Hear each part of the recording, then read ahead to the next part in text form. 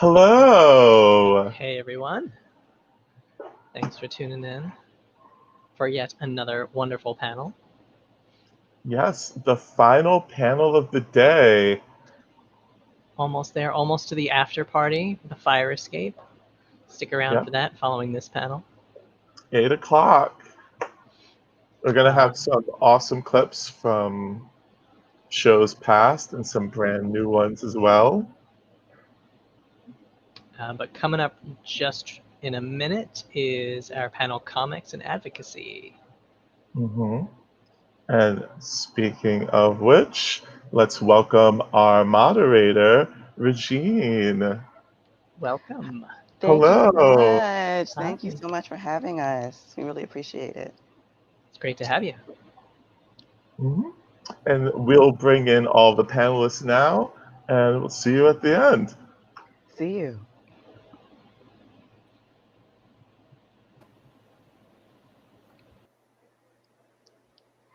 Hey everyone. Hi. Hey. Welcome to the Comics and Advocacy panel. I'm your host, Regine Sawyer. I'm the coordinator and founder of the Women in Comics Collective International. We host events around the country, including our own convention in New York City. And we're so excited to be here with you today to present this panel. And let's just get started with introductions from everybody. Tell us about yourselves and what you do, starting with Greg Anderson-Alice. How you doing? Greg Anderson-Alice. I'm the writer and creator of the comic book series It's None of the Were Spider. And I also write a series called Marasa. Awesome. Camilla Zhang. Oh, hey. I'm Camilla Zhang. I am formerly Kickstarter's comics outreach lead. And I am just currently freelancing, doing consulting work for different Kickstarter campaigns and new global reading platforms. And I'm also a writer myself of prose and comics. Great. James, hello. Hi everyone. I'm James Seatall. I'm a video game and tabletop game professional. I've worked in the video game industry going on 21 years now, mostly as a producer or studio head. After my last big project, which was The Elder Scrolls Legends, I'm currently working on tabletop games as well as project and design consulting with my indie label, Plausible Studio. And last but not least, I'm also sitting on the anti-censorship committee for the International Game Developers Association and was recently appointed IGDA regional coordinator for the Northeastern United States as well as Canada.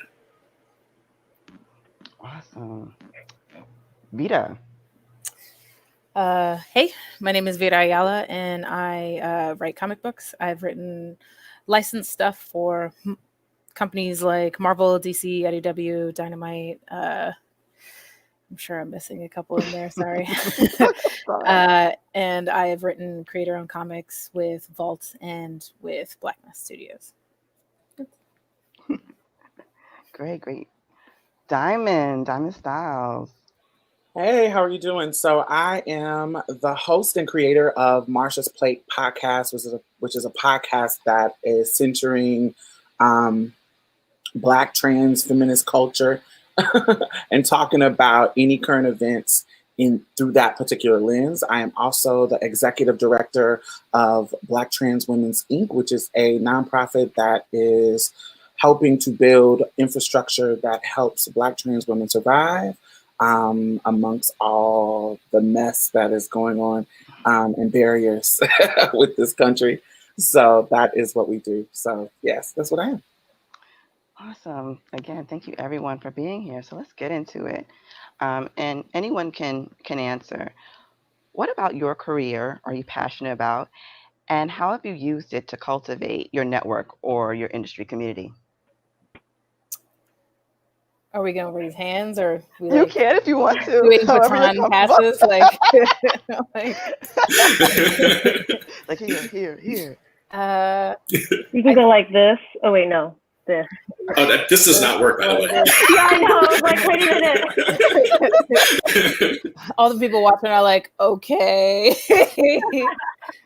I guess for me, one of the things that I'm very passionate about is literacy and getting people to read, not necessarily just children. I started reading a little later in life in terms of like the rest of my peers. I didn't really learn how to read till I was about 10 or 11.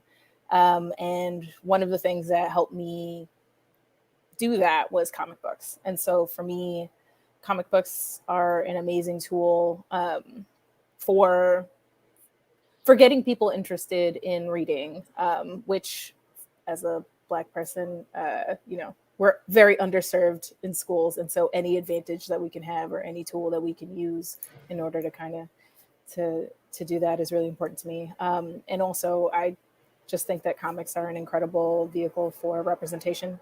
Comics were like the first place that I really remember seeing parts of myself reflected to me in a way that was positive or at least well-rounded. So that's what I'm passionate about. I'm passionate about representation and about getting people to read. I'm really passionate about stories that kind of can help people empathize with people who are not like them. I think that's one of the greatest powers of storytelling, and that's what kind of drew me to comics, to just about any story that I love, right? So, and even though I haven't had a long career in terms of creating comics, my background, I've worked in Marvel and DC. I've consulted for Mad Cave. I was, Kickstarter's comics outreach lead for 2 years, and I've seen so many incredible stories come through the platform. And in every role that I've held, I kind of I think the thing about advocacy that not a lot of people realize is that it's not something that you necessarily go in with the intention of doing it. It's like when you're born in this body and you look the way you look, you have almost no choice but to advocate for yourself and people who look like you. And so when I was working at DC, from something as small as making a comment and providing feedback on a certain kind of costume design that was very Orientalist, and got the whole thing wrong, conflating Japanese with Chinese culture, from something as small as that, to something as big as, providing feedback on a comics project that was maybe a little bit more editorialized in the sense of hey, the way that you depict this woman in here, or the way that you depict a certain race in here, this is going to be a problem. And, I'm trying to help you by understanding that when you're writing a story that's not coming from your own racial background or your own gender background, gender identity, that is, you have to do more justice to it. You have to do your research. You have to make sure that you're doing right by the people that you're claiming that you're putting into your book, so I think it's in all avenues, and you can really you can really kind of advocate while just in the day-to-day grind, and that's also what I'm passionate about. I'm really passionate about community building. So for me, I think in art and culture, that's the first frontier that we see cultural change, or people critiquing the need for a cultural change. And so I think that for me, what the comic community did for me, it was a specific niche that I really honed in. My friends who were into comics and myself, I really honed into how this particular community was able to take a niche product and really flesh out a community and hone on different multiplicities of races and identities and blah, blah, blah, blah, blah, blah. So when I went into the field of podcasting, I made sure that I built a community with people that had like-mindedness, be very, very generous in how I engage with them, sharing their stuff, with them sharing my stuff, and it goes on and on and on, because I think you cannot break down barriers. You cannot get equity without building community with people. And so for me, that's what I'm passionate about building community and creating a whole ecosystem within my niche where we are taking care of each other, healing trauma, and getting the equity that we deserve. +1 to healing trauma.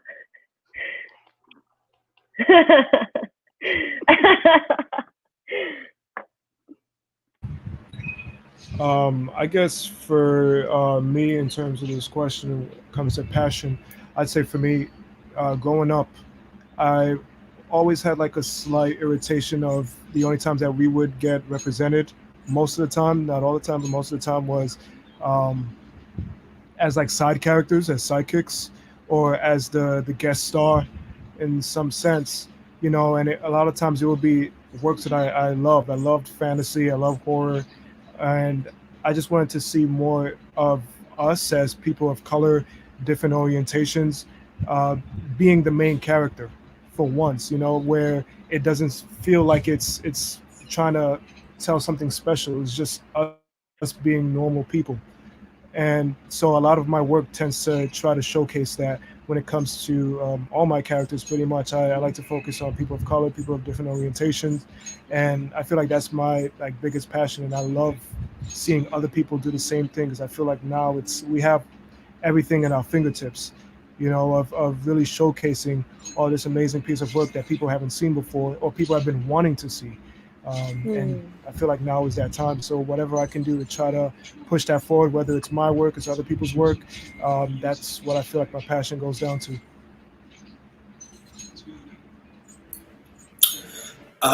Yeah, like I think with my industry in video games, I'm deeply passionate about supporting game developers, and even more so specifically for game devs of color, and LGBTQ folks as well.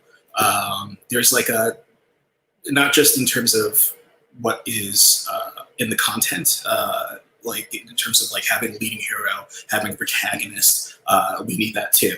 But even in terms of development, mainly because right now, like a survey report came out last year with my organization that said that there's only 3% of Black and Asian developers within the industry as a whole.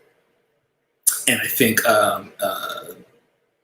cis Caucasian male is the dominant folks in the industry.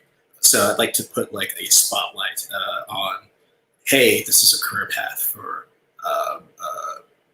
young devs of color. People are going to college to learn how to develop games now. And it's something that is kind of like a disparity gap when it comes to development. There's this weird thought process that, like, you know, we're gonna put out the same type of game and like because we want to reach out to audiences, but 50% of the people who play games are people of color. So I'm just real passionate about being able to get folks to have representation within their games, proper representation, and not just guesswork, and B, having more diversity within the industry. Can I jump in and tag in off of that real quick? I think that we'll probably cover this later. I looked at the questions, I swear, I read them. But I think one of the things that, from the people that I know personally on this panel, that we do is exactly that. We are often asked for recommendations for people for jobs. I know that I am. I know that Regine is. I know that Camilla is, and Greg, I assume you as well, because you have your hands in all kinds of stuff, and so you can't do it all by yourself, right? And so one of the things that I think we all try to do is get in as many people that are just as to be inclusive as possible, basically. And I don't know about y'all, but I have kind of, I think, have the reputation of like people come to me and they go, I don't know where to start, but I really want to stop messing up or stop doing the exact same thing over and over again. How do I find entry level people? How do I find intermediate people that are looking for jobs in comics specifically when it comes to me? And so that's something, that I'm also passionate about. Oh, Kitty, a friend. Oh my God. Anyway, yeah, that's all I wanted to say. Okay. Sorry. I had no control over that. We were just talking about that before we started. It's a cat. We'll probably see Vita's cats next. They're locked away because they were screaming. They were screaming bloody murder. So you will not see them. I'm sorry. But they send their love. Aw. But Vita had just touched on this, but maybe we can expand upon that. Like, what are any like community building practices that you or others that you know have put into place within your community that has really helped your community? I'll jump in. So with IGDA, prior to being regional coordinator, I was a chapter lead in New York City, and we implemented stuff like newsletters, socials. We organized panel and round table discussions, not too dissimilar from this, to kind of talk about career practices, to kind of talk about or even just vent sessions on like, what do you want to see in the world and how can we achieve it? In terms of helping devs, like we've organized career fairs and partnered up with other organizations in order to help lift that off the ground and spread the word. And partnering with those kind of like organizations is kind of like the and getting sponsorships is kind of like the essential thing in order to like get that off the ground. And it's been pretty successful. And we had like zero budget. We're like, hey, can we sponsor soda for this thing? Like, who wants to sponsor soda? And it's just like, all right, cool. Like you'll throw $100 and get soda, but like everyone who shows up will have a drink, and you get to like have some sort of advertising for your game or your organization. Just like little cheap things like that go like a big and long way.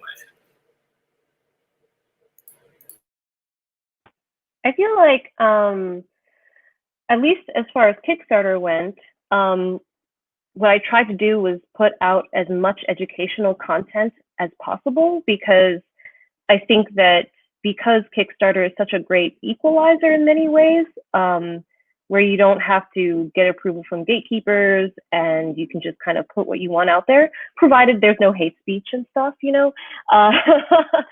But I just feel that I wanted to make sure that everybody had what they needed to do something successfully. And I think that is all about education and putting material out there that can be easily digestible. There was already a lot of tutorials out there, YouTube and whatnot, but never anything that was like as robust as what could be done by a whole company. And I thought that was kind of one of my primary concerns when I was at Kickstarter. But as far as other things go, I think for me personally, I have to admit, I think that I'm not as much of a contributor as I like to be honest. Like there's a group called Marginalized Gendered People of Color in Comics. And there's some really great leadership being upheld by Scenes, Wendy Shu, and Joe McGill. And they're kind of the moderators of this group, and it's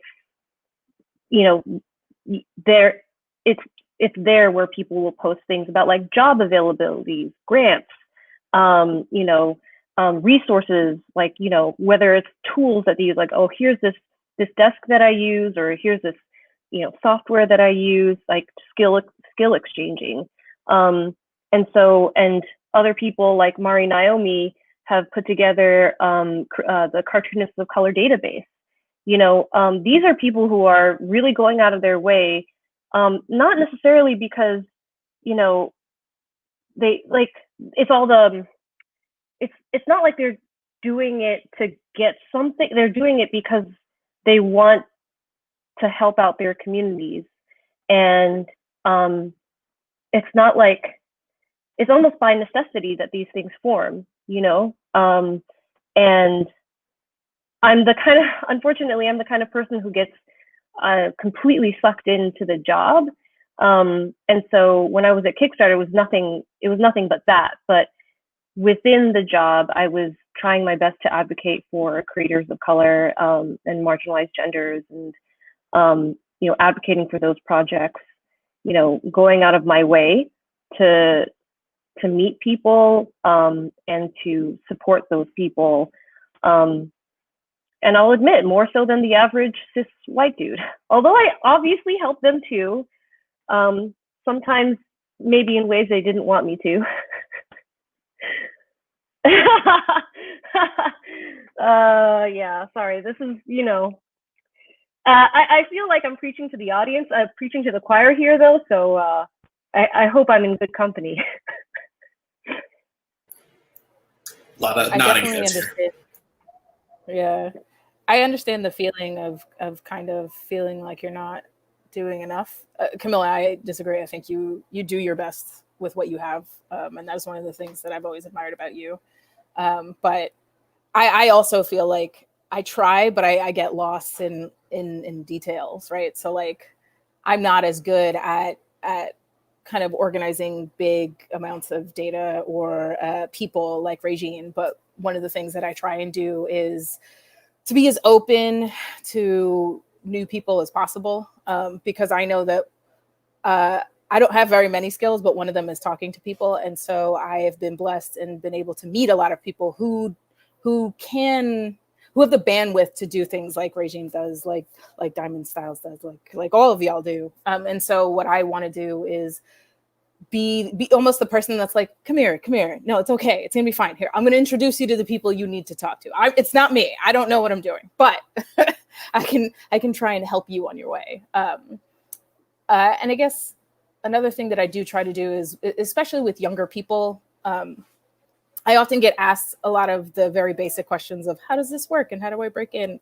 And I try to answer as truthfully as possible and to make as many individual connections as I can.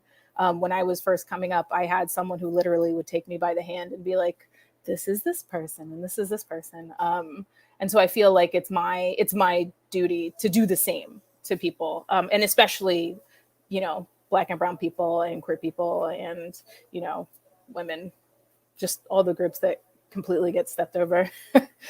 So I try and be as open, especially with younger people who don't know what's going on. I try to give them the truth, but not break their spirit, as it were. But I get the feeling of not feeling like it's enough. I feel like no matter what we do, it'll never feel like enough though, because it's so hard out here. But that's also one of the reasons that I'm really honored and happy to be on a panel like this, because, you know, I admire all the people on this panel. And so it's really nice that I can look at you and go, there's hope. Wait, there's hope. There you are. All 5 of you. Anyway, sorry. I think for me, I'm involved in a lot of different things, and I'm always trying to be open to people who looking for type of help or guidance when it comes to trying to break into, I guess, making their own type of work, especially given that a lot of the times they have the same, I guess going back to passion that I had. So it's like, hey, the more the merrier when it comes to us. And also one of my jobs, I'm an educator, I'm a teaching artist, and I teach filmmaking and video production and so on and so forth. And so a lot of times I would try to showcase, for examples, works that, and it's mostly like inner city children of color, a lot of these schools that I go to and teach. So I like to showcase a lot of different types of material that highlights them, just to sort of give them that sort of hopeful desire, because a lot of times they don't know the opportunities that's in there when it comes to stuff like video, film, or even writing. You know, sometimes I would meet a lot of kids who may not really care for the, you know, working the cameras or being a director, but they really enjoyed coming up with the story that was needed for the project. You know, and sometimes someone will blurt out like, "Oh, do you know your teacher is a comic book writer?" And all of a sudden, a lot of like heads just, blow up. And sometimes I might feel a little, shy and coy about it. But once I start seeing some excitement, and there will be some of these students that's what they want to do. They actually want to do comics. So being able to break down certain things, certain rules about what makes the medium work, I feel like a lot of that goes into, even if it's just influencing one student, that can go a huge long way. So who knows whatever it is that they could end up creating that blows up, that helps us out in the end. So I'm always trying to be very open and mindful to who's willing to learn, who's willing to actually do the work, because you have a lot of people that say, "Oh, I have this idea and this and that," but it always stays an idea. They never want to take that full plunge, but you never know who it is that is willing to make it work. I think that's really important to call out, because as creators and people who are curating spaces and these silos of education or silos of inspiration, it's really easy when we're working within these systems that are not meant for us, that are intended to be more capitalistic, that is intended to kind of exploit us in a certain way. It's easy for us to kind of just go with the ropes and go through the flow, and we can easily flow into that the way to kind of marginalize people, because that's how the system is set up to work. And so it's really, really important for us to have the intention, because I think if we have the intention to really like bring other folks in and be creative in how we think about curating the projects that we are curating. So, I know me particularly, when I think about guests, or when I'm creating panels or creating anything where there's a bunch of people that's working together, I try to think outside of the box. I'm not just going to go with the person that has the PhD. I'm not just going to go with the person who has, whatever the standard criteria is that means you're the pinnacle. I'm going to go, excuse my language, I'm going to go to the hood bitch who might have, some hood feminism that I want to talk about in a way, somebody like Suki or blah, blah, blah, that's going to talk about it in a way that's more grounded in the reality of the world. I'm going to talk about her. I'm going to mix somebody with a PhD in there too. I'm going to have a mixture of people, a mixture of thought, and a mixture of creative minds, because I know me, and I know probably all of you, there has been somebody in your life that showed you something that was off the beaten path, that inspired you more than any of the Emerson, Thoreau, whatever, that inspired you much, much more than that stereotypical classical bullshit. Not that, it could be great, but it wasn't great to me. So for me, I remember I had a teacher in 5th grade that showed me Toni Morrison when it was being banned in school, and Toni Morrison is my God. So for me, it was really important that she took that risk and took that chance to bring something in that can inspire somebody other than the classic cishet white da da da da da da. I think it's important that you bring creators in so that you can have that more expansive experience, because that means you're going to have a more expansive inspiration and artwork. Just want to say big up to Toni Morrison, James Baldwin as well. Those are my heroes, my gods. Don't leave out Octavia now. Oh my God, yes. We can go down the list. My life. We can go down the list. Let's just do the list. That's going to be the extra, the bonus episode is us just like talking about all those people.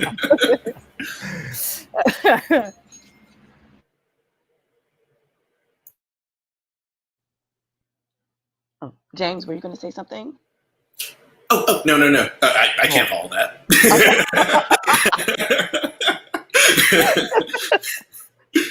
Dang it, Diamond. Dang it. Right? Oh my gosh, we just preaching. I love it. Okay. With the COVID-19 pandemic, racialized violence and gendered violence and harassment within multimedia, 2020 has been really tumultuous. How has this affected you as well as your community, if at all?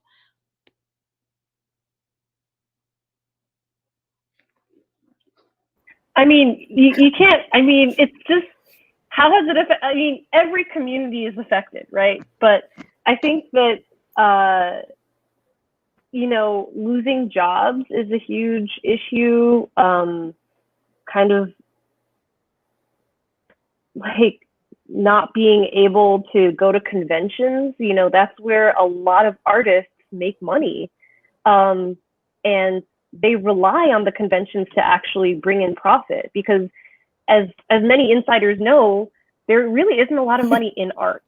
And and that's, it's bullshit. Is this a family show? Like, it's BS. It's BS. And it's, I think that right now has been a struggle to kind of prove to fans, comic fans, comic geek enthusiasts, that even though you can't go to a convention doesn't mean you can't support the artist, you know? And it's, but again, the responsibility, all of the heavy lifting has to be done by the artist again. It's just a lot. And a lot of people have burned out and have faced depression, including like getting sick from COVID themselves. It's just, I mean, it's an oscillation between trying to think really fast on your feet to think of like solutions to make sure you have food on the table and a roof over your head, to like complete just being like comatose and being like, I don't want to do anything because the world sucks so bad, you know, and I don't have the energy, you know. So it's really bad. It's really bad right now. Yeah. I don't want to say that there's no solutions. There are, but it's work, you know. I feel like too, just as, you know, as Black people especially, like there's always weight. There's always been weight. There will always be weight. But there's just an extra exhaustion right now that is almost indescribable, because you're right, Camilla, you said that like every community is affected. That's 100% right. People are losing their jobs, people are losing their homes, people are, you know, like it is hard for everyone. But to have to still struggle to justify our own humanity during this time, and still and see all these reports about the numbers of who is dying from this disease the most, who is being forced, you know, to carry all of this weight, and it's Black and brown people and poor people, right? And it's just like, that's so exhausting, where it's like, I should be allowed, like if you get sick, you should be allowed to be sick and just worry about that. But as a brown person, you're not just worried about that. I read I think it was a series of tweets. It might have been I think it was on Instagram, but someone like screen capped tweets about how when Black people get sick and go to the hospital, the first thing they do is try and explain how they're valuable in society, instead of worrying about the symptoms of whatever is bringing them to the hospital. And like, I didn't even realize that's a real thing that I do and that we do. But like, that broke my heart in a way that like, I don't know if someone who doesn't go through that can understand. And like, so that extra weight is so heavy on top of everything else we're going through. And it really amazes me watching my community, both like, you know, the Black community and also the comics community, to continue. We're still going though. Like we're still continuing to do the work. And it's just like, I would like to buy everyone a vacation. Like I would like to just, we all deserve a vacation, because it's a lot. So yeah, it affects us. It affects our health. Let me say this. I feel like, first of all, I feel like a little bit of guilt, because I'm actually thriving because of COVID. So I have more money in my account than I did before COVID. Because first of all, I'm not going out spending shit. Well, you know what? Do not feel guilt about that. Do not feel guilt about that. You deserve. So I'm actually kind of thriving, but in the context of what you just said, no shade y'all, but y'all are kind of seeing what trans folks live through our whole life. Like this isolation, this being fearful of something gonna get you on the bus, out in public, in groups. This is how trans folks live all the time. So y'all actually are even going to the doctor, and the motherfuckers don't know what's wrong with you or can't fix you, or or want to give you or want to gaslight you. This is something that is a part of our life and our existence. So, you know, it's just, that's just what it is. So it's kind of like almost a poetic justice. Like, I'm kind of seeing people deal with stuff that we deal with all the time. So I'm like, anyway, but I do appreciate that people are really, not everybody, because some people are just being stupid, particularly our governmental administration. But people who are organized on the ground, they are really being really mutable and thinking outside of the box to help people. I remember there's a transgender district out in San Francisco, and they immediately, as soon as there was some funding issues in regards to what they were trying to do, they immediately switched. They were trying to do something else, and they immediately switched their money into giving many grants to communities so they can keep their phone on, so they can keep their lights on, so they can do whatever they need to do, not having them go through red tape and barriers to, you know, get some kind of help. And I started seeing that mimicked around the country to help people survive in this unknown time that we don't hear about. And I think these small little, these, not really small, but really innovations that we're coming to help our community in this time of need, I feel like it's showing us ways that we can do things different. Think about disabled people who have been telling us for years, and I would love to, I could do a job, but I can do it from home. If you just let me do it from home. And all of a sudden, when this shit hit the fan, we can do it. We can figure out how to do everything from home now. Oh my God. But disabled people have been telling us this for the longest time. And now we have opened up to a whole pool of people who have the skills and talent, but they couldn't come to an interview in a certain way. They would be judged at an interview in a certain way when they can actually do the job. So we're actually able to see how this tragic situation has opened up to us to new possibilities in how we can engage with communities that are further down on the I'm trying to get out of saying out of tonal pole, because that's like Native American cultural thing, and that's wrong. The hierarchy of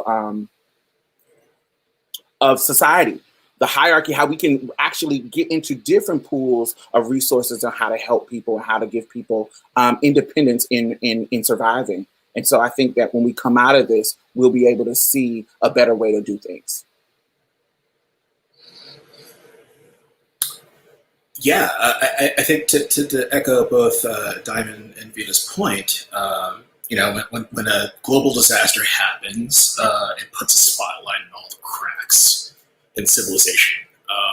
And one of the biggest ones is the systematic racism that's happened for a long time, and disparity towards minority groups and LGBTQ folks.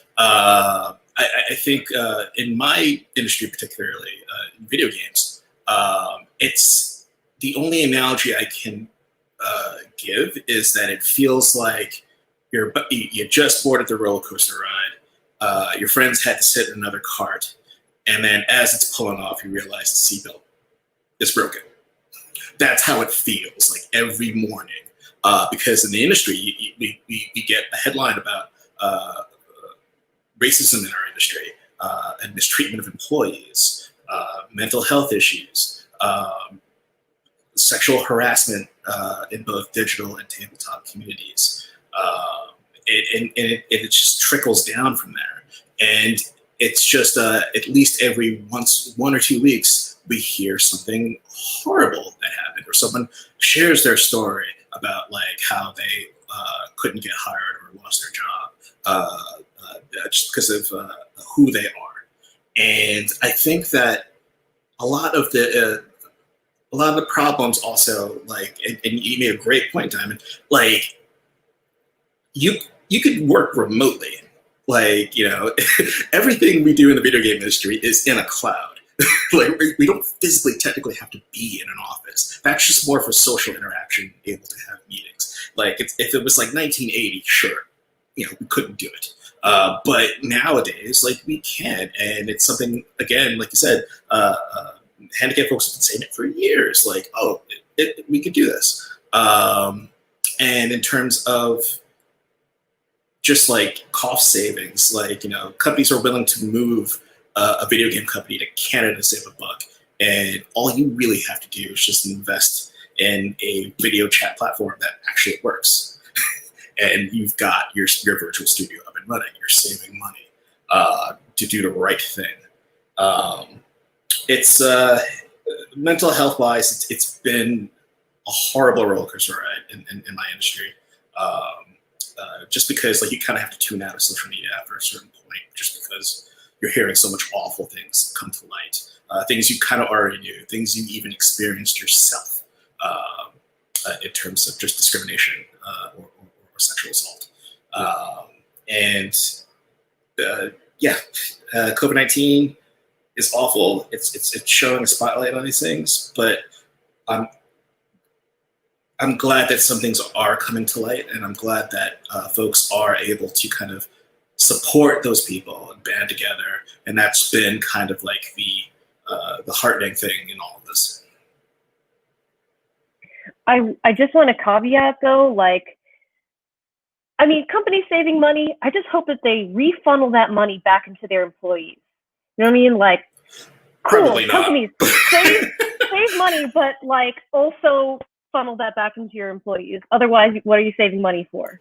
I'm just trying to speak their language so that do the right I know. I'm sorry. I was like, my immediate like knee-jerk reaction, like, fuck that though. But seriously though, yeah, fuck that. But think of all the money you could save for being human. It's that, like for real, like people are so penny smart and dollar stupid. Like they're like, oh, we can save and do. And I'm like, but if you just create an environment in which people are supported and aren't desperate, you get more. You make more money. You got better employee. Like your employees are self-actualizing in a way that benefits you. It drives me crazy. It's fists up all the time. So Regine knows me. Shit all the time. I do. Oh my God. I'm sorry.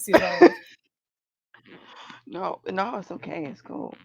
But I mean, with everything said, I mean, what are y'all doing for self-care? I mean, what are your communities doing for community care with everything that we just talked about? It's a lot. It is like I'm immunocompromised, so I couldn't participate physically in a lot of the protests. But like, I got a keyboard, so I've been sitting there just shouting from the internet. You donate to any causes that are helping right now. And if you don't even have any money, because a lot of folks are unemployed due to the current circumstances in this country, you can certainly share links. You could be a speakerphone for a lot of these things, just so that people are aware and you can be supportive in that way. And in terms of like mental, well, I mean, there's like little things, right? Like I started a family game night with like my sisters and my parents. Like that's cool. Like, and quite frankly, that's the most interaction I've had with them on a weekly basis, even though I could physically drive and see them. So there's convenience in that, but just trying to have a virtual cups of coffee with friends and loved ones, and trying to take all the awful that's getting sucked in and then point it in a direction that's like positive and trying to get the word out on a lot of things.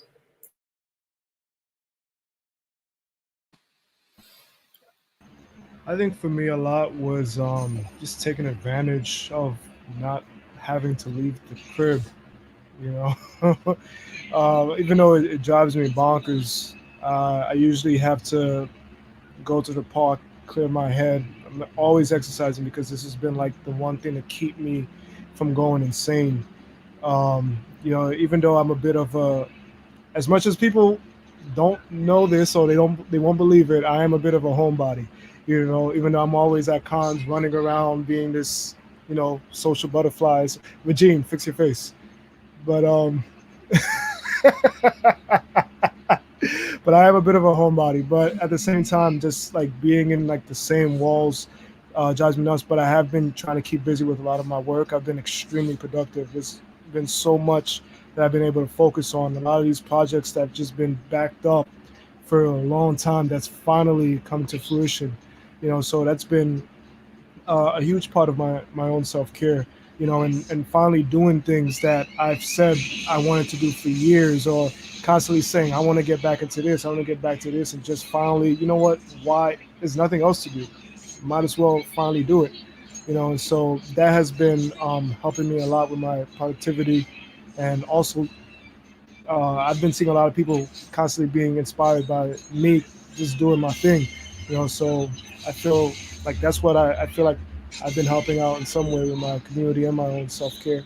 I think somebody in the chat was talking about self-care is really radical. Like in this time is really radical. And for me, sometimes self-care means that there's going to be some risk involved. So recently, just to be honest, me and my friends got tested for COVID, and we all were negative, and we all planned a trip to Palm Springs where we could still social distance, but we rented out an Airbnb, a luxury Airbnb, and we were able to it's a saltwater pool, we had jacuzzis, we were in the sun, and we were alone. We didn't go outside. We got groceries, of course. We had our masks and stuff like that. We got groceries, and we all individually cooked.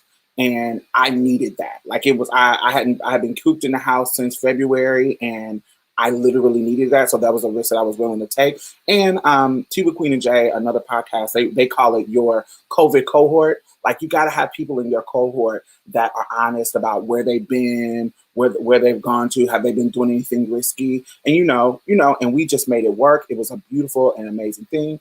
And another thing, I don't want to be stereotypical as the sexual trans woman, but sex is a part of my self-care. So, I hadn't had sex since February as well because I didn't want anybody to come over. So I recently started to have conversations with people that I normally hook up with, and having conversations about, hey, how have you been social distancing? What have you been doing? And if we have a good conversation, I can risk, hey, let's hook up. And so I've been doing that just to get my swerve on in that regards. And I feel like what I'm doing is slowly trying to come to grips with what the reality of the world is going to be with this COVID thing. And so I'm trying to be as safe as possible. But as far as my self-care, I, take a little bit of risk, but not too much. And, it's been working so far because I haven't, I stay in the house mostly, but, I slide somewhere. No, that's smart. And doing all that good stuff means that your immune system is boosted by being happy, right? So like you need it. Amen. Yeah. Oh. I am terrible at self-care, just terrible at taking care of myself. All my friends know that. Regine clearly knows that. But I'm really lucky in that I have an isolation pod. So my building has only 3 apartments. It's like an old house that they chopped up into apartments. And some of my best friends live in the apartment below and in the apartment above. And so there are 7 of us total, and we know each other's schedules and movements. And so we're able to like do things like movie night, where like our downstairs neighbor, a good friend of mine, Dan, got a projector, and we go to our backyard, which is like 7 by 12. It's a good size. And he'll project movies, and we'll watch because we can't go to the movies, right? And that's one of my favorite things to do, is to go watch films at the movies. And so he projects it, and it's movie sized, and we get to like hang out. There's a little barbecue back there. The grill master lives downstairs.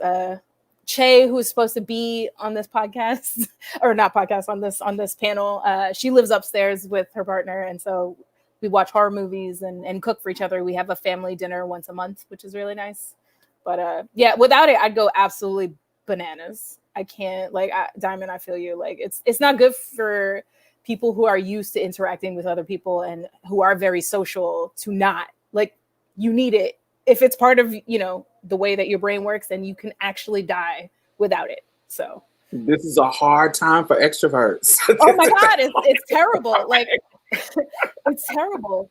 Vita, I didn't know you were an extrovert. I am an ambivert. Extroverted, yeah. Ambivert? I'm versed, baby. I switch. No, Ambivert. I require the contact of people that I care about. People I don't need, like, I don't really like going out to bars and clubs and that kind of stuff. I like to go have a drink, but like mostly it's like, oh, like if we could hang out, like if we could get into a room and have dinner, that would be delightful. Like that would make my whole week. So, you know, it's hard, but luckily, like I said, we call ourselves the ISO 7 because there's 7 of us. We have cats. The upstairs has dogs. Like, it's great. No, I could definitely, like, for me, when people call me, I'm just like, nope, FaceTime, whatever. I need to see your face, you know, at this point, because it's like I haven't seen you. I used to hate it. I used to hate like this. Now I'm like, yes, please. Oh my God, show me. Oh God, please. For me, self-care is definitely a combination of like arranging like a few different social hangs, like where we all meet outside.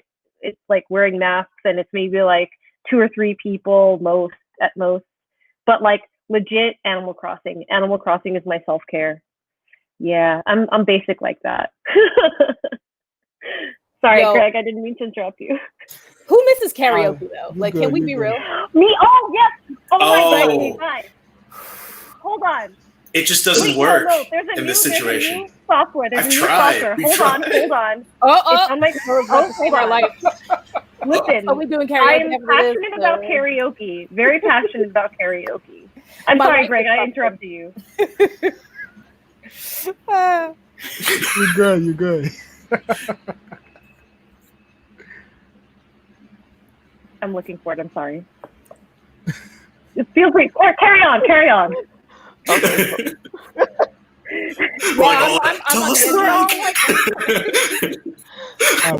Has anyone been watching Avatar as their self-care on Netflix? Oh, so good. Oh yeah.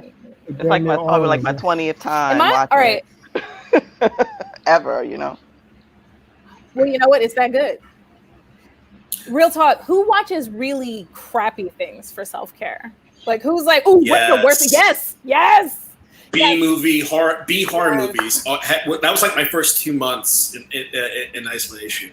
Like my partner does not like horror movies, so I'm just sitting there with headphones, like, yes, like I'm gonna watch this.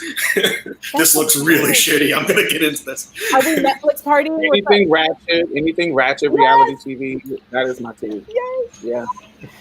I knew I liked you guys. all y'all are the best. I don't know if I can do horror because when we watched Terminator 2, you were struggling through it. Was I? Yes, you were. Like, oh my God! I don't like horror. I don't like jump scares. That's what I don't like. But I like suspense. I like monsters, you know, but like the moment you get into like Hannibal, I can watch Hannibal for days. Like that's grotesque, you know, body horror, but like there aren't any jump scares in Hannibal. You know what I mean? And I hate jump scares. I really do. I'll give you some recommendations after on non-jump scare good stuff. Yeah, we all have each other's email, right? We're gonna get together on Zoom. Yes. Oh, by the way, the link or the website name is Karaoke Night, NITE.co. Nice. Karaoke NITE.co. Can we put that on a crawl for everybody? Yeah, put that on the bottom. I don't know how to do that, but oh no, I was talking to if you type it in the private chat. Yeah, it's in there. I did. Anthony will pop it up. So before we that close was out, you know before like go ahead. you know like freaking that was the practice. Nice. That was tradition. After the con is over, karaoke like that I missed that so much. I abandoned my wife with you guys multiple times. And I was like, yes. I'm like, take my wife. It's midnight. I'm going home. They're out till 2 a.m. I'm like, no. I'm old. So as we're closing up and closing out, and if we can, we'll take a question or two. Where can people find you and your work?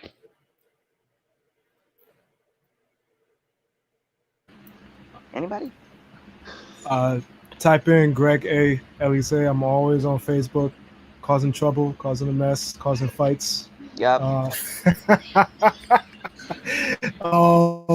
you can find me on there, Greg and Elise on Twitter, ELYSEE. And if you go to webway. ecwid.com. You can find a lot of my books by It's Not of the Word Spider series. I'm going to be doing a Kickstarter very, very soon for the most recent It's Not a Story, where he'll be meeting other kids, finally being a kid in like New York City. But of course, we already know that baggage comes with trying to have fun as a kid when you got to deal with reality, you know, what happens to us. So he'll finally be tackling some type of issues like that. I want to first shout out Kai and wait, who else hates Arya? Arya and Kai hate jump scares like me, so just wanted to say I'm not the only one. Also wanted to like, everyone's been really active in the chat. I just wanted to say hi to Zephyr, who's been super active, and Arya, and damn, I'm scrolling up. But yeah, like, thank you for being so active and communicative. You can find me at camillazhang.com. So just like my name, you see right there, camillazhang.com. That's where most of my like published and unpublished works are. And, you know, I have some short stories up there, things that I've like submitted to contests, but, you know, didn't get. But I figured, you know, might as well put it out there to see what people think. And you can also catch me on Twitter at Ilazakilla. I'm mostly on Twitter these days, not Facebook anymore. Because I was like, I don't want those fights anymore. I'm just like, nah, I'm done. I'm done with those fights. Well, now I just have fights on Twitter, except which is worse, honestly. Actually, I don't really, just don't have fights on Twitter as much as you can avoid it.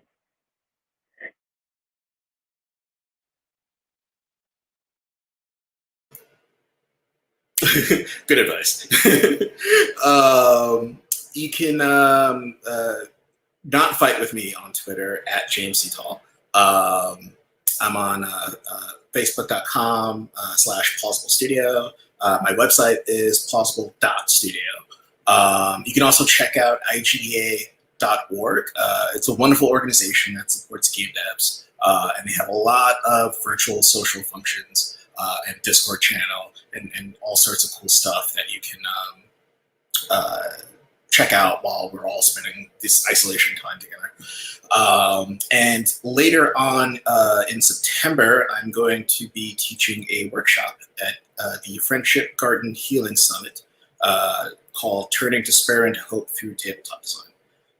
And it's a nice cathartic way of trying to get out your feelings through game mechanics.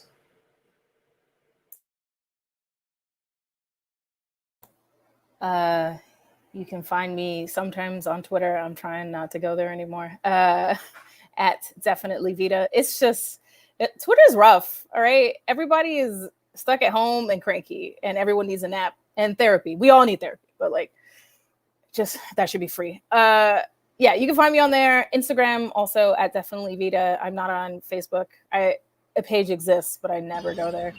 I don't like them kind of fights.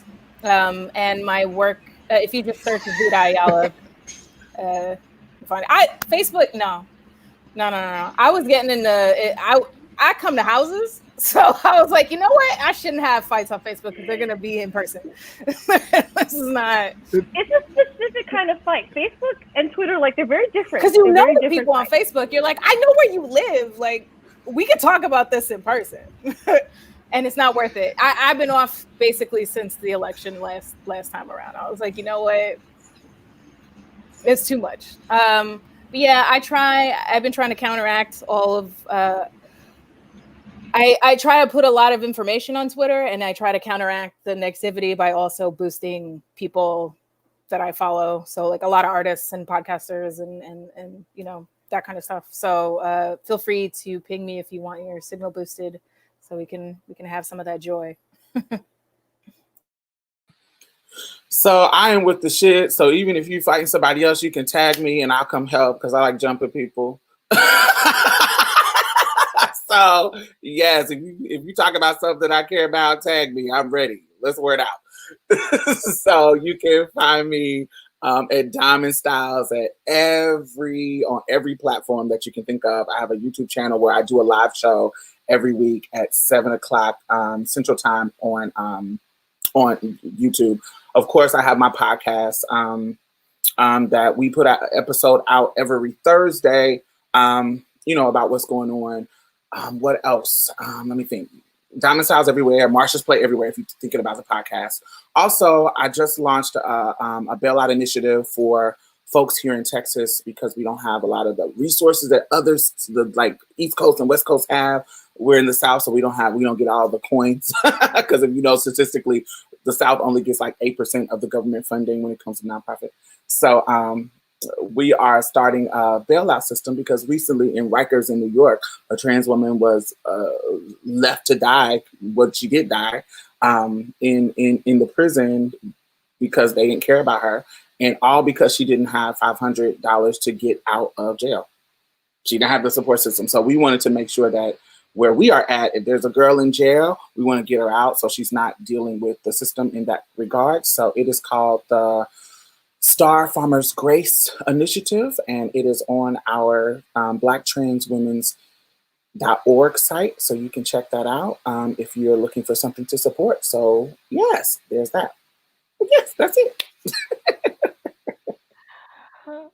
Okay, and you can find me at lockitdown.com. That's LOCKETT down.com. Of course, Women in Comics Collective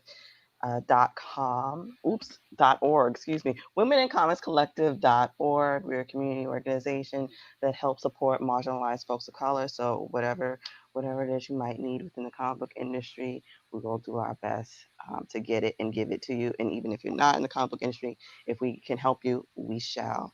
So thank you, everyone. It's a blessing to have each and every one of you here. Thank you for everyone in the chat. Thank you for such a lively conversation, and much love to FlameCon. Thank you for having us. Take care and be well, y'all. Bye. Bye. Thank you so much, everyone. Thank you. That was amazing. We're still live. Thank you. Yes. Oh, we still live? now you're. Hey, you know what? We made it. We did. And I think that was a great way to end, too. A lot of positivity, self-care. That felt good. Yeah, really good, strong messages for taking care of yourself, especially in times like this when things are really tense and we need a little bit of relief. Yeah. Speaking of relief, up next is Fire Escape, our after party, which is happening right now. So I'm not even going to get into it. You need to go see all of the stunts, all of the dancing, all of the music, all of the action that's about to go down over there. We're going to put the link in the comments. And that's all right. See ya, everyone.